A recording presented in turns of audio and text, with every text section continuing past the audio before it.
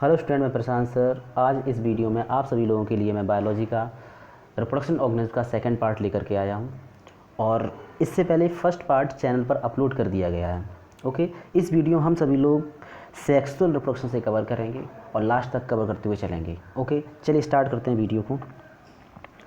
इसमें जो कवर करना है हम लोगों को वो सेक्सुअल रिप्रोडक्शन कवर करना है। तो सबसे पहले हम सेक्सुअल रिप्रोडक्शन को ही देखेंगे। क्या देखेंगे? Sexual reproduction. कि सेक्सुअल रिप्रोडक्शन होता क्या है। सेक्सुअल रिप्रोडक्शन को हम लोग हिंदी में लैंगिक जनन कहते हैं। लैंगिक जनन कहते हैं। ओके, तो सबसे पहले इसका डेफिनेशन देखेंगे, इसका इंपॉर्टेंट पॉइंट देखेंगे कि होता क्या है। तो देखते हैं, जब जनन प्रक्रिया में दो जीवजनक भाग लेते हैं तब उसे लैंगिक जनन कहते हैं। मीन्स जब रिप्रोडक्शन हो रहा होता है तो रिप्रोडक्शन की प्रोसेस में, जब सेक्सुअल रिप्रोडक्शन हो रहा होता है तो उस प्रोसेस में जब मेल और फीमेल दो पेरेंट्स पार्टिसिपेट कर रहे होते हैं, टू पेरेंट्स पार्टिसिपेट कर रहे होते हैं, तब उसे क्या कहेंगे? हम सेक्सुअल रिप्रोडक्शन कहेंगे। तो ओके, अब आगे देखते हैं। इसमें अर्धसूत्री विभाजन एवं निषेचन की क्रिया होती है। जो सेक्सुअल रिप्रोडक्शन होता है इसमें होता क्या है कि मियोसिस डिवीज़न होता है। कौन सा डिवीज़न होता है? मियोसिस। ओके, जिसे हम अर्धसूत्री विभाजन कहेंगे। एंड फर्टिलाइजेशन होता है। क्या होता है? फर्टिलाइजेशन। ओके, फर्टिलाइजेशन होता है। ठीक है, तो हम सभी लोगों को याद रखना है कि सेक्सुअल रिप्रोडक्शन प्रोसेस में मियोसिस डिवीज़न होता है और क्या होता है? फर्टिलाइजेशन होता है। ओके, आगे नर युग्मक एवं मादा युग्मक। यहाँ पर मादा है, क्या है? मादा युग्मक। ठीक है, नर युग्मक एवं मादा युग्मक बनते हैं जिनके संयोजन से बने जायगोट। युग्मनाश का मतलब क्या होता है? जायगोट के द्वारा नया जीव बनता है। क्या बनता है? नया जीव बनता है। ओके, तो सेक्सुअल रिप्रोडक्शन होता है क्या है कि टू पेरेंट्स पार्टिसिपेट करेंगे जिनमें एक मेल होगा और दूसरा क्या होगा? फीमेल होगा। मियोसिस डिवीज़न होगा। क्या होगा? मियोसिस डिवीज़न होगा। ठीक है, और फर्टिलाइजेशन होगा। क्या होगा? फर्टिलाइजेशन। ठीक है, फर्टिलाइजेशन होगा। ओके, तो हम लोगों ने ये जाना कि जब सेक्सुअल रिप्रोडक्शन होता है तो उसमें टू पेरेंट्स पार्टिसिपेट करेंगे, मियोसिस डिवीज़न होगा और फर्टिलाइजेशन होगा। ओके, जिससे क्या बनता है? जायगोट बनता है। क्या बनता है? जायगोट। ठीक है, और इसी जायगोट से क्या होता है? न्यू ऑर्गेनिज्म या न्यू नया जीव बनता है। ओके, चलिए आगे देखते हैं। लैंगिक जनन में बनी संतति आपस में एवं जनकों से समरूप वाली होती है।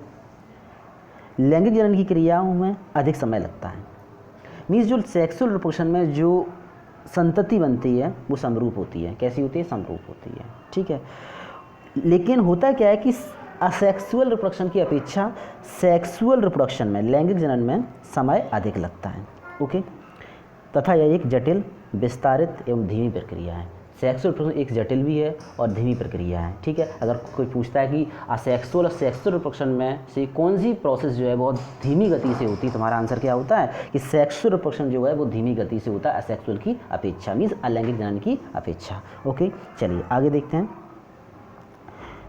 तो ये तो थी हमारी डेफिनेशन और कुछ मेन पॉइंट थे उसके। अब देखते हैं फेज़ और स्टेज कि सेक्सुअल रिप्रोडक्शन की जो फेज़ हैं और स्टेजेस हैं वो कौन कौन सी होती हैं। ओके, तो देखते हैं इसमें। इसकी जो फेजेस हैं वो तीन हैं। कितनी हैं? तीन फेजेस हैं। तो फर्स्ट फेज से हम स्टार्ट करेंगे। ओके, चलिए, जो फर्स्ट फेज़ है इसे क्या कहेंगे? हम किशोरावस्था कहेंगे। क्या कहेंगे? किशोरावस्था। पादपों में से क्या कहते हैं? कायिक अवस्था कहते हैं। प्लांट्स में इसमें कायिक अवस्था कहते हैं। क्या कहते हैं? प्लांट में कायिक अवस्था कहते हैं। ओके, तो एनिमल केस में हम उसे क्या कहेंगे? किशोरावस्था कहेंगे, याद रखना है। ठीक है, और प्लांट के केस में क्या कहेंगे? हम इसे कायिक अवस्था कहेंगे। इतना याद रखना है। आगे चलते हैं, देखते हैं आगे। तो किशोरावस्था होती क्या है? जीव अवस्था के पूर्व कायिक अंडों में वृद्धि होती है तथा जीव परिपक्वता प्राप्त करता है, मीन्स मैच्योरिटी प्राप्त कर लेता है। इस अवस्था को क्या कहते हैं? किशोरावस्था कहते हैं। कहने का मतलब ये है कि उसके जो एग प्रोडक्शन होने लगते हैं उसमें क्या होती है? वृद्धि हो जाती है। ठीक है, तथा जीव क्या होता है? मैच्योरिटी प्राप्त कर लेता है। ठीक है, और इस अवस्था को क्या कहते हैं? हम किशोरावस्था कहते हैं। ओके, ये बात याद रखना है। ठीक है, तो किशोरावस्था जो होती है लगभग 13 से लेकर के 18 वर्ष तक जो होता है वो कौन सी अवस्था होती है? किशोरावस्था होती है। ठीक है, इसे हम किशोरावस्था कहेंगे। ओके, इसमें क्या होता है कि कोई भी ऑर्गेनिज्म जो है वो मैच्योरिटी प्राप्त कर लेता है। ठीक है, आगे देखते हैं।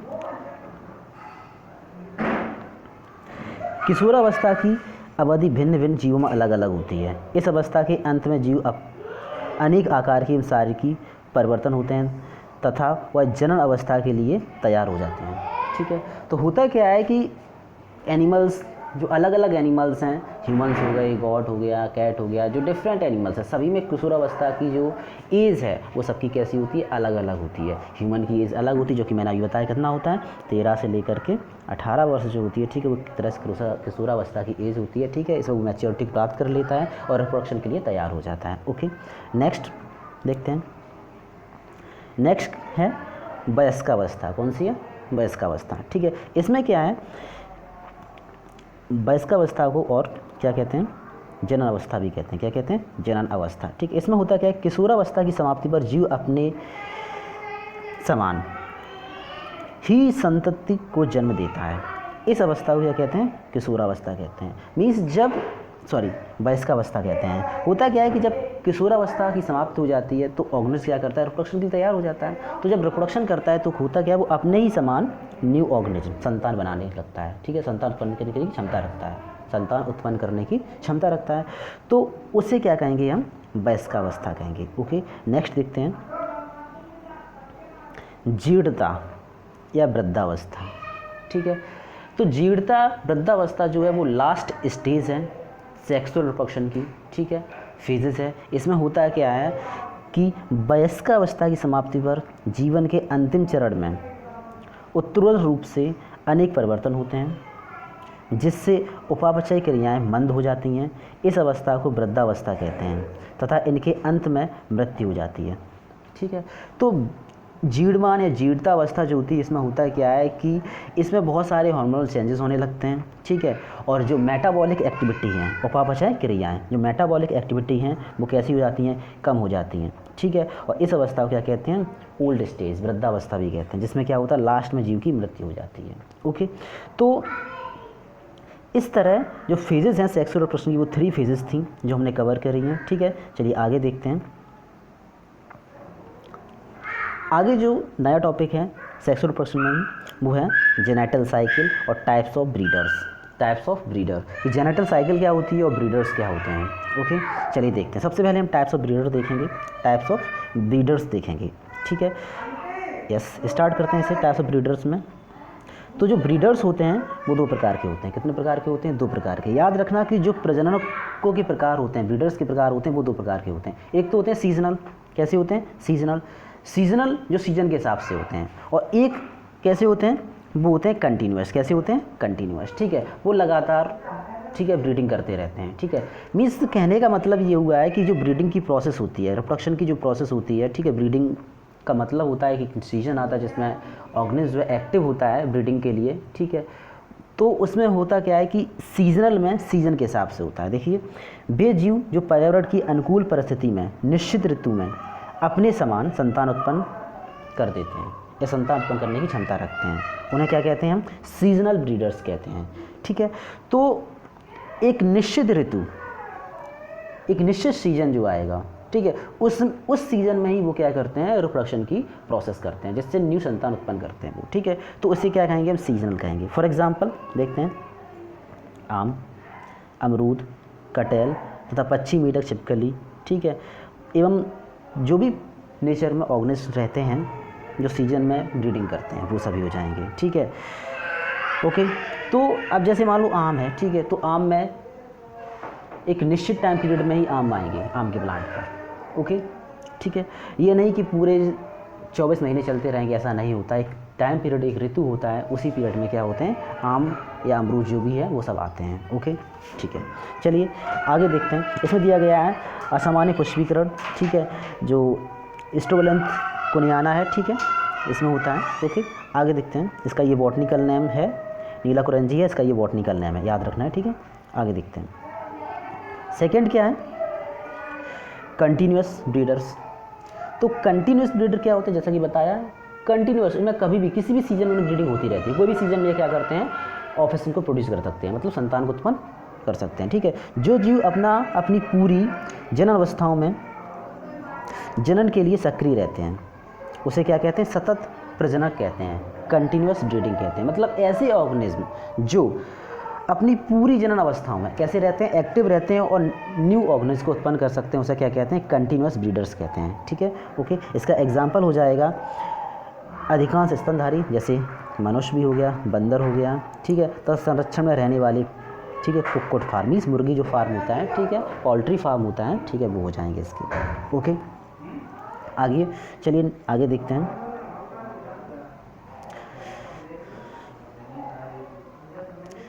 Genital cycle. ओके, तो जेनेटल साइकिल, इसे जनन चक्र भी कहेंगे। क्या कहेंगे? जनन चक्र। तो से देखते हैं क्या होता है। वयस्कावस्था में जंतुओं के अंडाशय की सक्रियता के कारण उसमें चक्रीय परिवर्तन होते हैं, जिससे हार्मोन्स में बदलाव आता है। इन चक्रीय परिवर्तनों को जनन चक्र कहते हैं। क्या कहते हैं? यहाँ कहेंगे जनन चक्र। क्या कहेंगे? जनन चक्र कहते हैं। ये 2 प्रकार के होते हैं। ठीक है, कहने का मतलब ये है कि जब ओल्ड स्टेज में जंतुओं के अंडाशय की सक्रियता के कारण, तो ओल्ड स्टेज आती है तो उसमें क्या ओवम जो होते हैं, ठीक है, उसमें कुछ एक्टिवनेस, कुछ एक्टिविटी होती है, जिसके कारण क्या होता है कि उनमें कुछ परिवर्तन आते हैं। ठीक है, जब वो परिवर्तन आएंगे तो उस बॉडी में जो हार्मोन्स का सिक्रीशन हो रहा है, हार्मोन्स जो बन रहे हैं, ठीक है, उनमें भी कुछ चेंजमेंट आता है, उनमें भी कुछ बदलाव आता है। ठीक है, तब उस प्रोसेस क्या कहते हैं? जेनेटल साइकिल कहेंगे। ठीक है, और ये 2 प्रकार की होती है। कितने प्रकार की होती है? 2 प्रकार की होती है। कौन कौन सी? चले देखते हैं। फर्स्ट, ठीक है, तो फर्स्ट है मध्य चक्र। क्या होता है? मध्य चक्र। इसे ऑस्ट्रस साइकिल भी कहते हैं। क्या कहते हैं? ऑस्ट्रस साइकिल भी कहते हैं। ठीक है, नॉन प्राइमेट्स में होने वाले जनन चक्रों को मध्य चक्र कहते हैं, मीन्स ऑस्ट्रस साइकिल कहते हैं। नॉन प्राइमेट्स मीन्स जितने भी नॉन प्राइमेट्स हैं उनमें जो हार्मोनल चेंजेस हो रहे हैं, ठीक है, उसे क्या कहेंगे हम? ऑस्ट्रस साइकिल कहेंगे। जैसे गाय, बकरी, हिरन, कुत्ता, चीता आदि होता है। ओके, ठीक है। नेक्स्ट जो है वो है menstrual cycle. Second menstrual cycle जो है, ठीक है, मेंस्ट्रुअल साइकिल जो है, ठीक है, प्राइमेट्स में होने वाले जनन चक्र को रज चक्र कहते हैं। क्या कहते हैं? रज चक्र, मेंस्ट्रुअल साइकिल कहते हैं। ठीक है, रज, ओके, रज चक्र कहते हैं, मेंस्ट्रुअल साइकिल कहते हैं। ठीक है, इसका आंसर हो जाएगा क्या? मनुष्य, बंदर। ठीक है, ये सभी क्या है? प्राइमेट्स हैं। ठीक है, और कुत्ता, बिल्ली, गाय, भैंस, ये सब क्या है? नॉन प्राइमेट्स हैं। ठीक है, तो जो कुत्ता, बिल्ली, गाय, भैंस वगैरह है, इन सभी में कौन सी साइकिल होती है? ऑस्ट्रस साइकिल होती है। और मेंस्ट्रुअल साइकिल किस में होती है? ह्यूमन में एंड मंकी में होती है। ओके, चलिए आगे देखते हैं।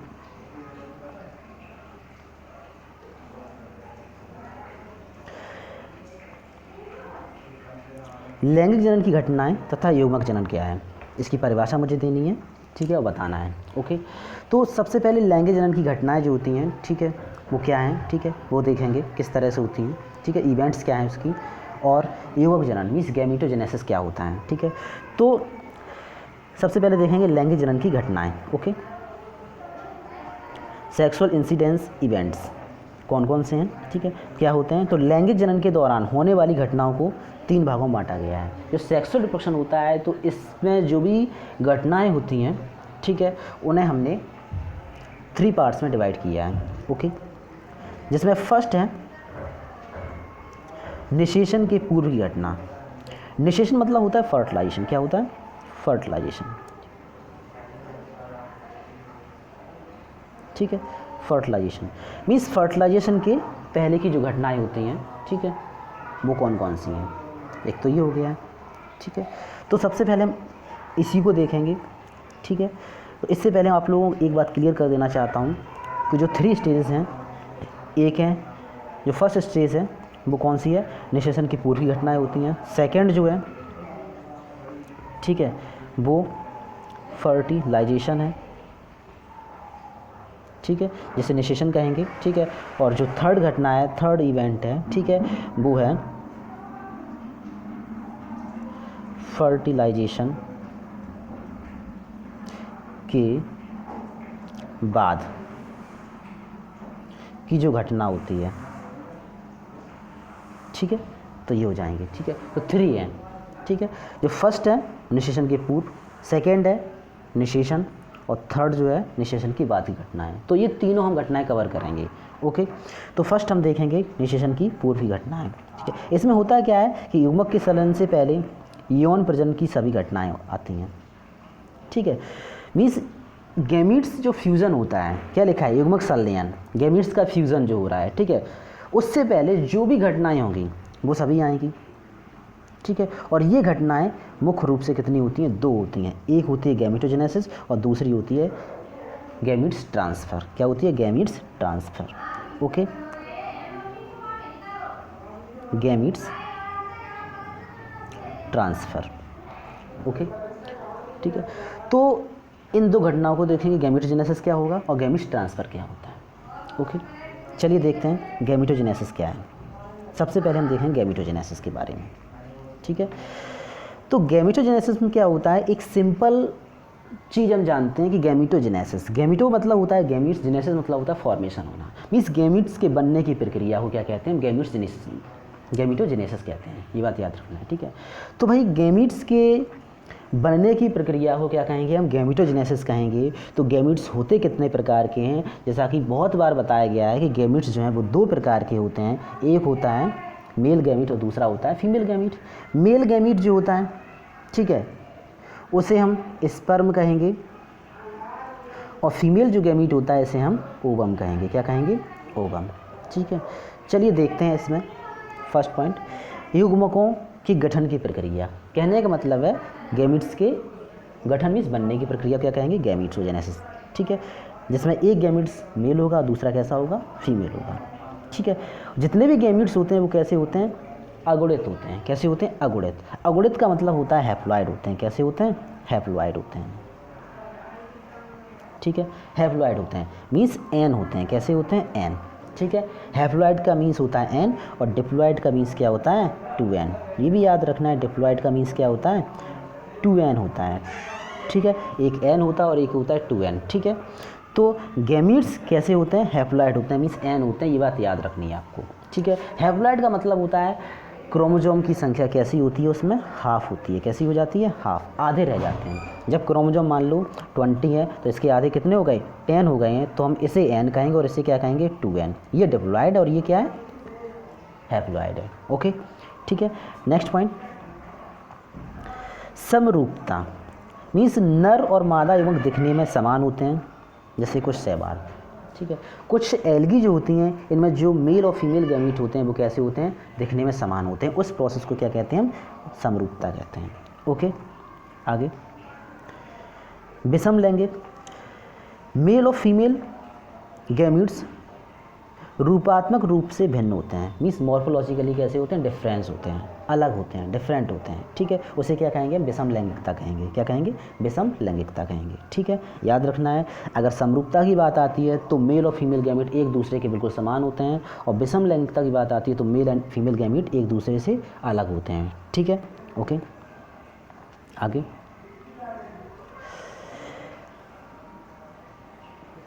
मेल गैमीट को एंथेरोजॉइड या शुक्राणु कहा जाता है। जो मेल गैमीट होते हैं, जैसे बताया गया है कि मेल गैमीट जो उसे एंथेरोजॉइड कहेंगे, नहीं तो शुक्राणु मीन्स स्पर्म कहेंगे। क्या कहेंगे, स्पर्म। ओके, स्पर्म कहेंगे। ठीक है, और जो फीमेल गैमीट होता है इसमें युग्मक या अंडाणु कहते हैं, मीन्स ओवम कहेंगे। क्या कहेंगे, ओवम कहेंगे।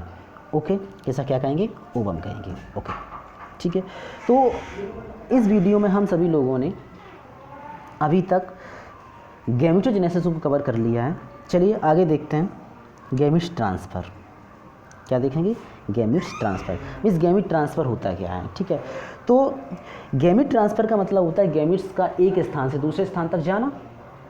ठीक है, गैमीट का एक स्थान से दूसरे स्थान तक जाना, उसे क्या कहेंगे, गैमीट ट्रांसफ़र। मीन्स कोई गैमीट्स यहाँ पर ये है और ये गैमीट्स कहाँ पहुँच जाए, यहाँ पर पहुँच जाए, यहाँ से चल के, तो इसे क्या कहेंगे, ट्रांसफ़र कहेंगे। तो इसे क्या कहेंगे, गैमीट ट्रांसफ़र कहेंगे। तो होता क्या है, गैमीट ट्रांसफ़र में उनके संलयन के लिए युग्मक को स्थानांतरित करने की आवश्यकता होती है। मीन्स किसके संलयन के लिए, गैमीट्स के संलयन के लिए। ठीक है, और गैमीट्स कौन, स्पर्म ओवम। मीन्स ये स्पर्म हो गया, ये ओवम हो गया, दोनों के संलयन के लिए क्या होता है, इनके ट्रांसफ़र की आवश्यकता होती है। मीन्स दोनों एक दूसरे के पास आएंगे, स्पर्म जाएगा ओवम के पास, जब स्पर्म ओवम के पास जाएगा तो ट्रांसफ़र हो रहा है कि नहीं हो रहा, तो क्या बन रहा है, जायगोट बन रहा है। ठीक है, तो इसे क्या कहेंगे हम, ट्रांसफ़र कहेंगे। ठीक है, गैमीट ट्रांसफ़र कहेंगे। और यही इसमें लिखा हुआ है, बताया गया है कि उनके संलयन मीन्स स्पर्म ओवम के संलयन के लिए, मिलने के लिए, ठीक है, गैमीट्स को स्थानांतरित करने की आवश्यकता होती है। ओके। सेकेंड, अधिकांश जीवों में जो मेल गैमीट गतिहीन होते हैं। कैसे होते हैं, गतिहीन होते हैं, जबकि फीमेल गैमीट जो होते हैं वो कैसे होते हैं, गैर प्रेरक होते हैं। और नर युग्मक को अपने आंदोलन के लिए माध्यम की आवश्यकता पड़ती है। आंदोलन का मतलब होता है कि उसे चलने, ट्रांसफ़र वहाँ तक पहुँचने के लिए जो वो एक्टिविटी करेगा, फर्टिलाइज होगा, ठीक है, उसके लिए क्या है कि उसे एक माध्यम की आवश्यकता होती है। ओके, आगे। बड़ी संख्या में मेल युग्मक बनते हैं। ठीक है, इसका मतलब ये हुआ है कि बहुत अधिक संख्या में मेल युग्मक बनते हैं। ठीक है, और फीमेल युग्मक के लिए नहीं बनते हैं। थोड़ा पॉइंट डिस्टर्ब हुआ है यहाँ पर ये पॉइंट जो कहना चाह रहा है, ठीक है, उसका मतलब ये होता है कि मेल जो गैमीट्स होते हैं वो अधिक संख्या में बनते हैं और फीमेल गैमीट्स जो होते हैं वो कम संख्या में बनते हैं। ठीक है, और फीमेल गैमीट जो है वो केवल एक ही बनता है। अगर बात करते हैं हम किसकी, ह्यूमन की केस की बात करते हैं। ठीक है, तो ह्यूमन में जो फीमेल गैमीट जो है, ओवम है, जो कि फीमेल में बनता है, ठीक है, वो 28 डेज़ में केवल एक बार बनता है। और जबकि मेल में जो स्पर्म है वो ऑल ओवर टाइम बनते रहते हैं और जो करोड़ों की संख्या में बनते रहते हैं। ओके, ये बात याद रखना है। ठीक है, नेक्स्ट पॉइंट देखते हैं। एंजियोस्पर्म में पराग अनाज नर युग्मक को और अंडाणु मादा युग्मक को वहन करता है। कहने का मतलब ये हुआ कि जो एंजियोस्पर्म प्लांट्स होते हैं, प्लांट्स की बात यहाँ पर हो रही है, जो प्लांट्स होते हैं उसमें जो पराग मीन्स पॉलन जो होता है वो मेल गैमीट को ट्रांसफ़र करता है। ठीक है, जबकि अंडाणु जो होता है, ठीक है, वो क्या करता है, फीमेल गैमीट को ट्रांसफ़र करता है। कैसे करता है, फीमेल गैमीट्स को ट्रांसफ़र करता है। ओके, ठीक है, नेक्स्ट पॉइंट देखते हैं। पराग कणों को एंथर में उत्पादित किया जाता है। जो पोलन ग्रेन जो होते हैं वो कहाँ पर बनते हैं, एंथर बनते हैं। पराग कण मतलब क्या होता है, पोलन ग्रेन होता है। क्या होता है, पोलन ग्रेन। ठीक है, जो कहाँ पर बनते हैं, एंथर में बनते हैं। ठीक है, ओके, नेक्स्ट पॉइंट है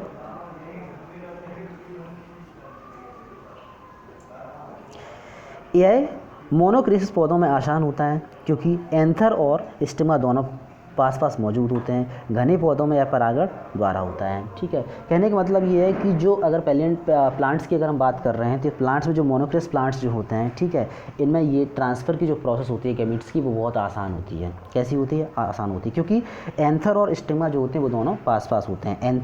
एंथर जहाँ पर मेल गैमीट बन रहे होते हैं, ठीक है, और स्टिग्मा जो होती है, ठीक है, जो स्टिग्मा हो जाएगी, ठीक, स्टिग्मा, ठीक है, और एक होता है एंथर। ठीक है, तो एंथर और स्टिग्मा दोनों कैसे होते हैं, आपस में नज़दीक होते हैं, पास पास होते हैं। ठीक है, जिससे वो आपस में ट्रांसफ़र हो सकते हैं आराम से। पोलन ग्रेन जो है एंथर से निकल करके स्टिग्मा पर आकर गिर जाएगा। ठीक है, जिससे फर्टिलाइजेशन हो जाएगा। ठीक है, इस गैमीट का ट्रांसफ़र हो जाएगा। ठीक है, और जो घने पौधे होते हैं इनमें पॉलिनेशन के द्वारा भी होता है। क्या होता है, पॉलिनेशन के द्वारा भी ये प्रोसेस होती है। ठीक है, वैसे तो स्टिग्मा पर जो पोलन ग्रेन गिरता है आकर के एंथर से, उस प्रोसेस को क्या ही कहेंगे, उसे हम पोलन परागण या फिर पॉलिनेशन ही कहेंगे।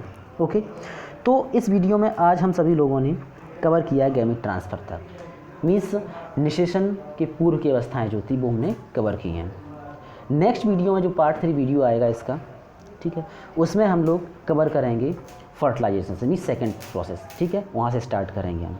ठीक है, तो चैनल को सब्सक्राइब कीजिए, बेल आइकन प्रेस कीजिए, जिससे आपको वीडियो जल्द से जल्द मिले, उसका नोटिफिकेशन मिले, और लाइक कीजिए जिससे हमें क्लियर हो कि आप सभी लोग देख रहे हैं, हमारा वीडियो पसंद आप सभी लोगों को आ रहा है। Thank you.